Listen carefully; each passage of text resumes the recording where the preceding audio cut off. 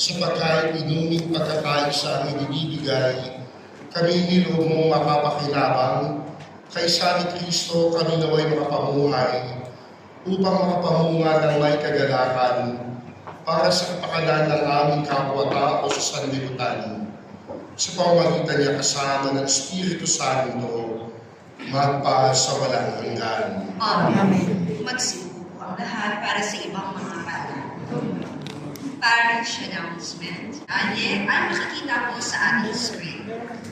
Inaanyayahan din po namin kayong lahat na dumalo sa pagdiriwang ng ating daan ng simula sa ika-22 ng Pebrero nito.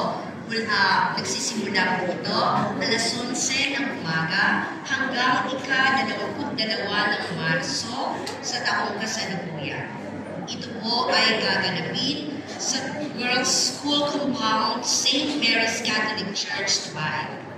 Ang Filipino community ay nag-aanyaya sa lahat ng mga kababayan na dumalo at makisa sa nalalapit na pagdiriwang ng Tifil Bucadas Festival o ang Santo Niño Festival.